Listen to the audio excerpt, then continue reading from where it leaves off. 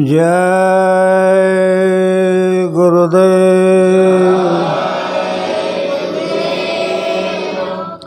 जय गुरुदेव, जय गुरुदेव नाम किसका? प्रभु का। जय गुरुदेव नाम किसका? प्रभु का। ये नाम नहीं इंसान का, ये नाम है भगवान का। तो प्रेम से बोलो जय गुरुदेव। सबसे पहले योग परिवर्तक परम संत बाबा जय गुरुदेव जी महाराज, इनको शतकोटि प्रणाम। साथ ही साथ जिसने ये त्रिलोक की रचना बनाई उस ईश्वर को और उनकी दृश्य अदृश्य शक्तियों को प्रणाम। और यहाँ पर आए हुए इस गांव के सभी सज्जन भाई और बहनें,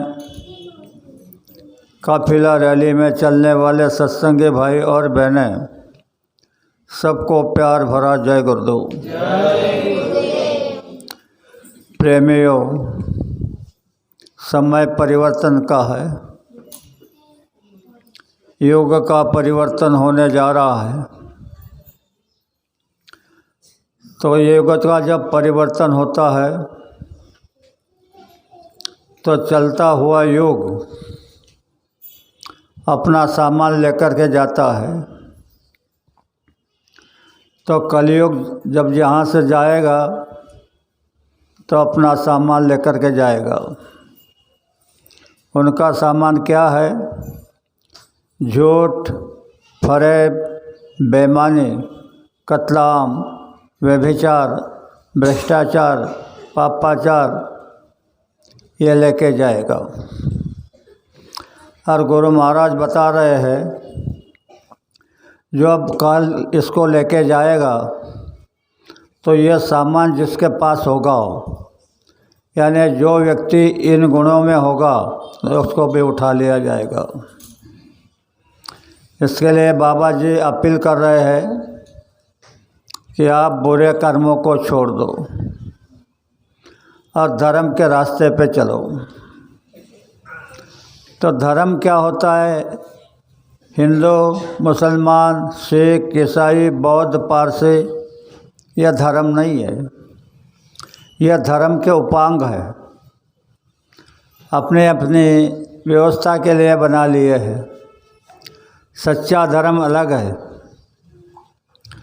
सच्चा धर्म नहीं जाना भाई, तूने सच्चा धर्म नहीं जाना। माथे पे चंदन तिलक लगावे, माल गले में भारी, अरे गरीबन की कदर नहीं है, क्या बोलेगा बिहारी।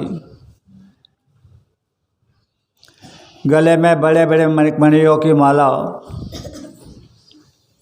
चंदन तिलक लगावे और गरीबों की कदर नहीं करोगे तो तुम्हारा यह धर्म कुछ काम का नहीं। धर्म नहीं कहता किसी की बहू बेटी पर निगाह धरो। धर्म नहीं कहता किसी के घर लुटो बर्बाद करो। धर्म नहीं कहता किसी के मजहब पर आघात करो। धर्म नहीं कहता किसी जीवों पर हथियार धरो। अपने अपने नेकी से चलना यह तो धर्म सिखाता है। तो हम लोग क्यों दिन पे दिन पाप सर पे चढ़ा रहे हो? तो धर्म जब डिगने लगता है तो बड़ी समस्या खड़ी हो जाती है। तो सब संकट में आ जाते हैं, देवता भी त्रस्त हो जाते हैं कि क्या करें। तो आज धर्म डिगमगा रहा है। मानव धर्म को छोड़कर पशुतुल्य कार्य कर रहा है और सारी सृष्टि में अधर्म फैल रहा है। तो ये कहा कि जो चारित्र फना हो रहा है, मैंने धर्म डिगमा रहा है और चारित्र फना हो रहा है, तो ऋषि मुनियों ने कहा है कि चारित्र फना होगा तो देश कैसे जिएगा? जब बच्चों का, भाइयों का, बहनों का चारित्र फना होने लगेगा तो तुम्हारे घर की बात छोड़ो, देश कैसे जिएगा? और जब चारित्र फना होता है तब क्या स्थिति होती है सुनो। नहीं विश्वास किसी का किस पर, घूसखोरी होती है घर घर, बेडर को अदब नहीं किसका, मनमानी ही करेगा तो देश कैसे जिएगा? बच्चों को अदब नहीं होगा, ना माँ का अदब, ना बाप का, ना पिता का, ना ज्येष्ठ व्यक्ति का, मनमानी ही करेंगे। तो आगे कहा, इशारा दिया महापुरुषों ने कि पानी ही जल जाए तब कैसे? अगर तुम ऐसी स्थिति करोगे और पानी जल जाएगा, नीचे का पानी नीचे चला जाएगा, ऊपर का ऊपर चला जाएगा, तो क्या होगा? पानी ही जल जाए तब कैसे? पंडित ही गलत करे तब कैसे? जो धर्म सिखाते हैं, धर्म की व्याख्या बताते हैं, वही अपने पेट के लिए गलती करेंगे तो क्या होगा? राजा ही भक्ष भरे तब कैसे? राजा प्रजा के रक्षक होते और वह राजा ये भक्ष बनने लग जाए तो क्या होगा? और साधु ही भोगी बने तो देश कैसा जिएगा? आज आप टीवी चैनल पर देख रहे हैं, ये सारी बातें हो रही है। इसका मतलब है कि विनाश लीला बहुत नज़दीक आ पहुँची है।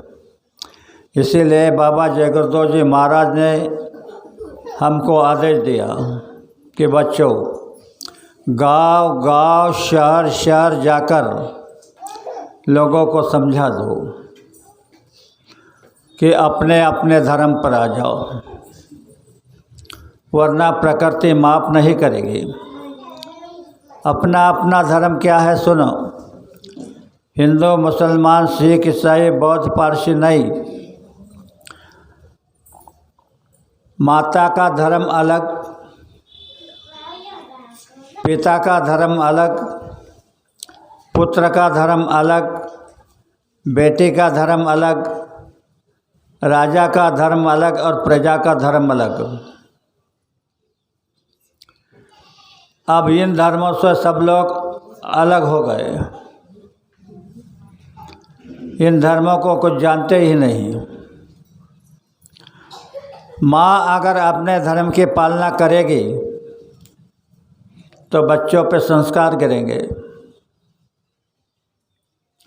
पिता अपने धर्म की पालना करेगा, बेटा अपने धर्म की पालना करेगा,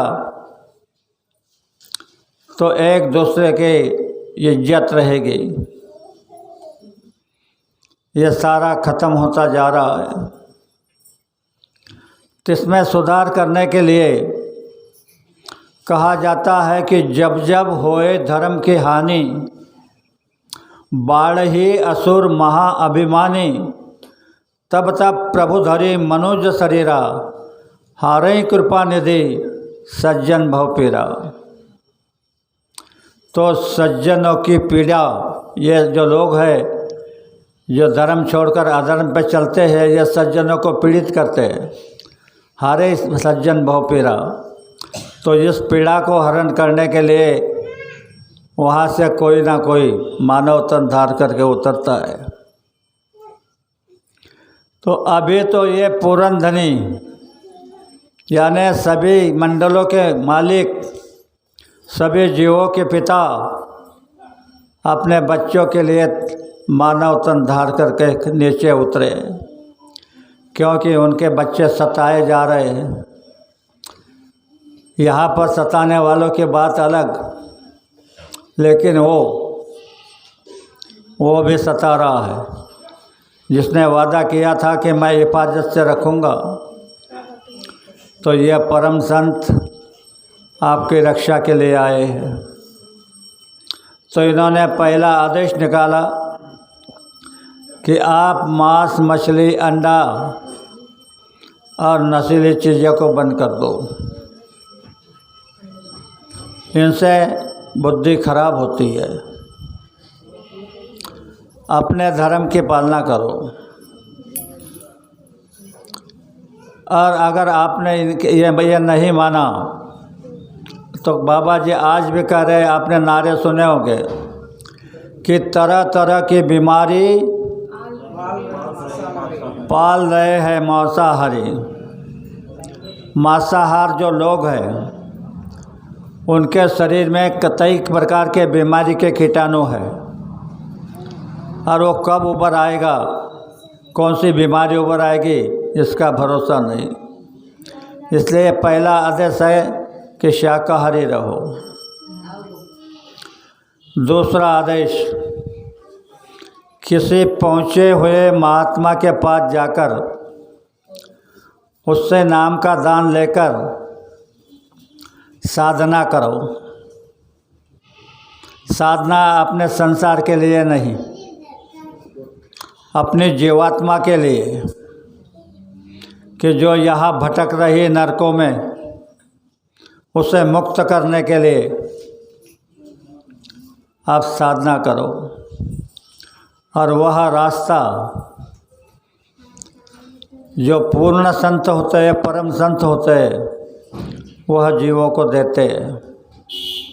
और जीव अगर उनकी बात को मान करके साधना में लग जाए, तो बहुत बड़ा परिवर्तन हो जाता है। तो प्रेमी भाइयों और बहनों, आज इस धरती के ऊपर बहुत भारी कठिन समय आ रहा है। प्रकृति के प्रकोप, बीमारी का कहर, अतिवृष्टि, अनावृष्टि, भूचाल, सुमानी लाटाए।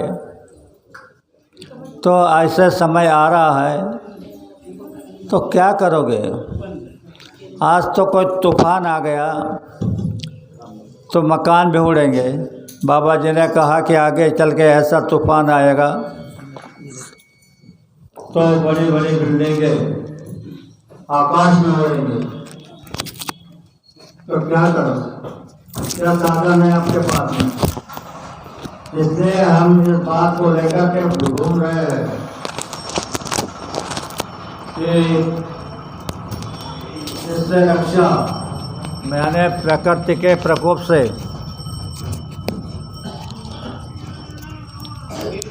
प्रकृति के प्रकोप से रक्षा कोई माई का लाल नहीं कर सकता, लेकिन एक सूक्ष्म धार ऊपर से जारी है। उस धार के द्वारा प्रजा की रक्षा हो सकती है। और वह धार इन बहनों के ऊपर है। यह अगर अपने पतिव्रता धर्म की पालना करेगी, तो इनका अधिकार प्रकृति के ऊपर हो जाएगा।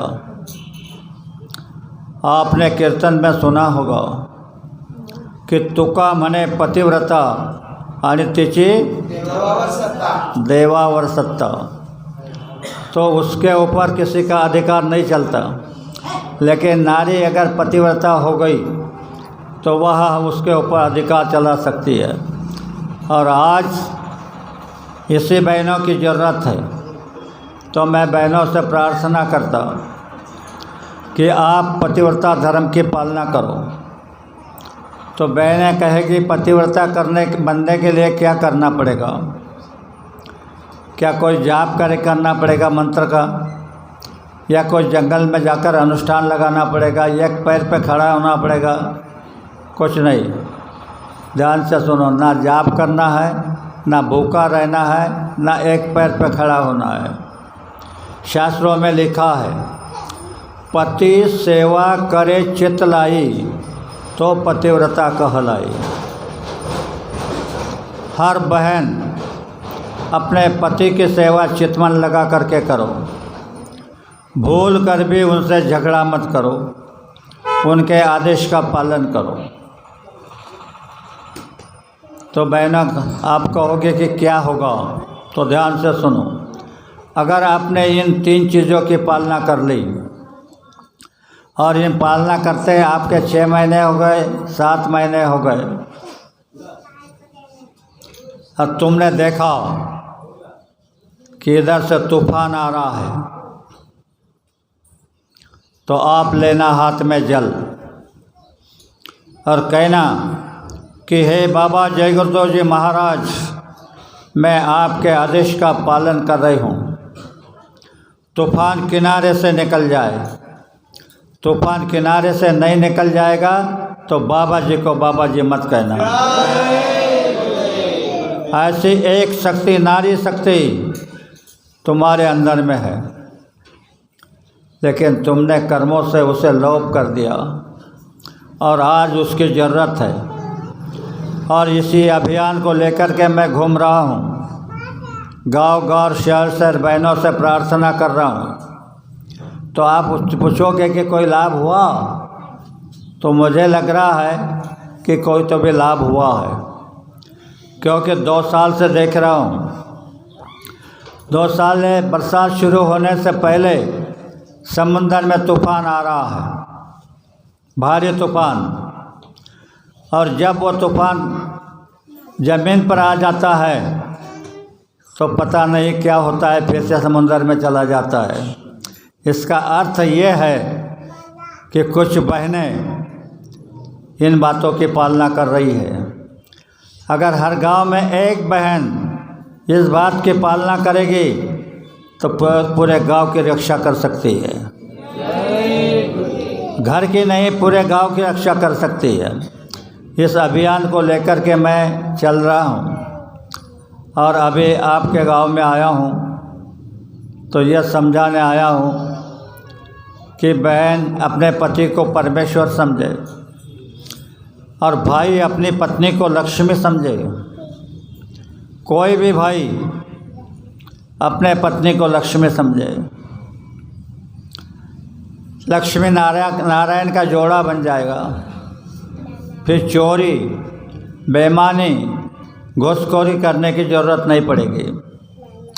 तुम्हारा अधिकार उसके ऊपर हो जाएगा, और तुम जो मांगोगे उससे पहले तुम्हारी जो चीज़ लगने वाली है वो नहीं देगा तो बाबा जी को बाबा जी मत कहना।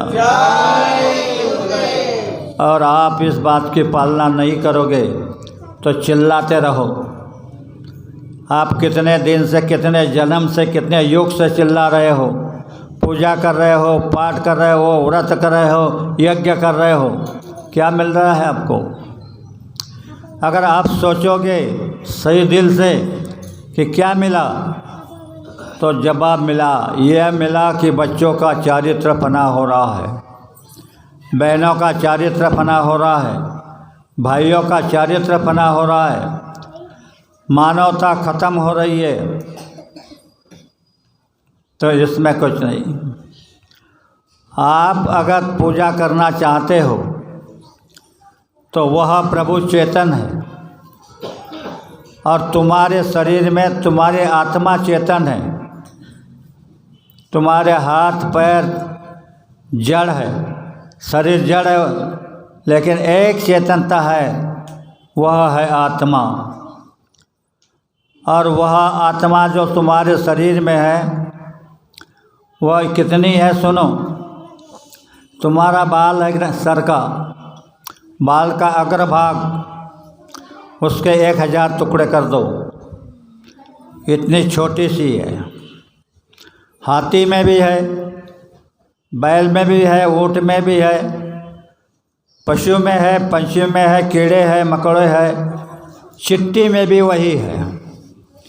ऐसा नहीं कि शरीर बड़ा है तो जीवात्मा बड़ी होगी, सब में एक ही आत्मा है। तो जब आपको यह पता चल जाएगा कि सब प्राणियों में आत्मा एक ही है, तो आपको ये पता आपके मन में आ जाएगा हम सब भाई है, कोई किसी का दुश्मन नहीं। आज तो ऐसे होगा कि सज्जनता के सब है दुश्मन, दुर्जन के सब साथी है। चोरी जारी व्यभिचार की दिन दिन बढ़ती होती है। भोली भाली जनता को कोई आके छीनता, बेचारे गरीबों की कोई नहीं सुनता। कहानी नहीं, हकीकत है बंदे, खुले चल रहे हैं यहाँ काले धंधे। शासन इस पर ध्यान न देता, मतलब है बात में। तो आप कहते हैं शासन ले मदद नहीं कर सकता है, शासन में मदद नहीं कर रहा है, तो आपको अपनी मदद अपने आप को करा लेना है। बहनों को अपने शक्ति जगा करके अपने आप को खड़ा करना है, बाहर से आपको कुछ मिलेगा नहीं। तो इस बात को समझाने के लिए बाबा जी ने हम लोगों को आदेश दिया कि गांव गांव शहर शहर जाके लोगों को बता दो कि देश और दुनिया में बहुत भारी कोहराम मचेगा। ऐसा कोहराम कि एक भी शराबी और कबाबी नहीं बचेगा। आप उनके अगल बगल में डॉक्टरों की फौज बिठा दो, पैसों की ढेरी लगा दो, फिर वे बचेगा नहीं, क्योंकि ये प्रकृति का कार्य है। प्रकृति अपना कार्य कर रही है। अभी तो एक नमूना आपको दिखाया कि उत्तराखंड में क्या हुआ, कितनी बारिश हुई, कितने लोग बह के चले गए। तो आपका भ्रम मिटने के लिए बताता हूँ, जब उत्तराखंड में नेपाल उत्तराखंड में बारिश हुई तो बड़ी बड़ी दाढ़ी वाले, बड़े बड़े जटा वाले महात्मा झुंड के झुंड बह कर के चले गए। तो आप कहोगे इतने महात्मा चले गए तो फिर हमारा क्या होगा? तो ध्यान से सुनो, दाढ़ी बाल का नाम महात्मा नहीं, नीले पीले वस्त्रों का नाम महात्मा नहीं। महात्मा उसका नाम है कि किसी पहुँचे हुए महात्मा के पास जाकर उनसे नाम का दान लेकर जो आत्म साक्षात्कार की साधना करता है उसे साधु कहते हैं। तो इसीलिए भगवान ने जो आवाज़ लगाई है कि परित्राणाय साधु नाम, मैं साधु की रक्षा करूँगा। विनाशाय च दुष्कृताम, दुष्कर्म करने वाले का विनाश करूँगा। तो यह समय अभी आ रहा है, इसलिए हम आपको हाथ जोड़ रहे हैं, पैर पड़ रहे हैं कि आप शाकाहारी हो जाओ और अपने अपने धर्म पे आ जाओ। अगर आप ये कर गए तो बीमारी से या उस प्रकृति के प्रकोप से आपकी रक्षा हो जाएगी। इसी के साथ साथ मैं मेरे दोनों शब्दों को विराम देता हूँ, भूल चूक की माफ़ी चाहता हूँ। आप सबको बड़े प्रेम के साथ जय गुरुदेव।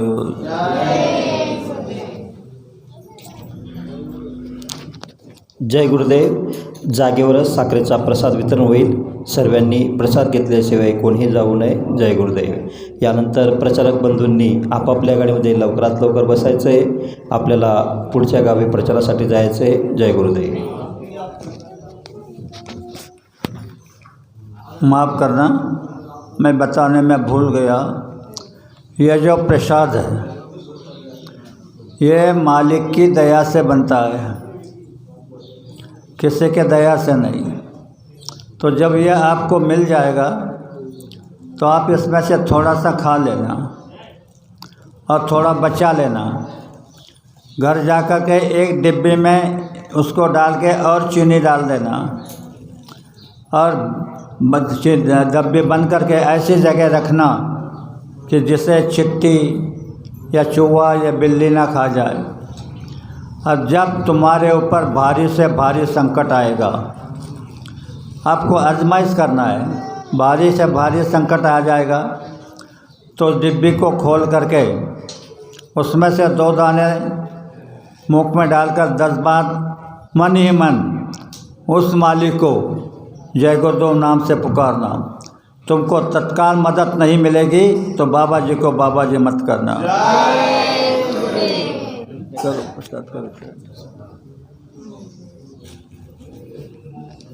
जय गुरुदेव।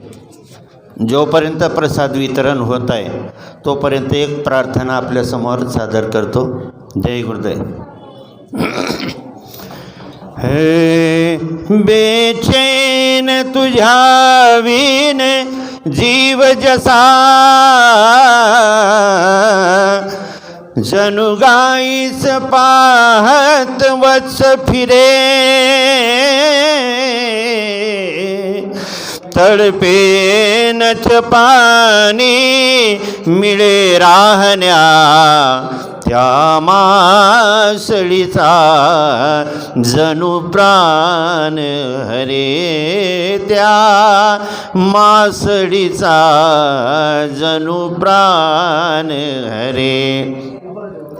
कितीदा तरी नाम स्मरू वदनी, मंदिर धरोनी बसु कितीदा, प्रभु कान मिळे न कळे मजसी, जीव भाव सदा हृदयात झुरे, त्या मासळीचा जणू प्राण हरे, जणू मासळीचा जणू प्राण हरे।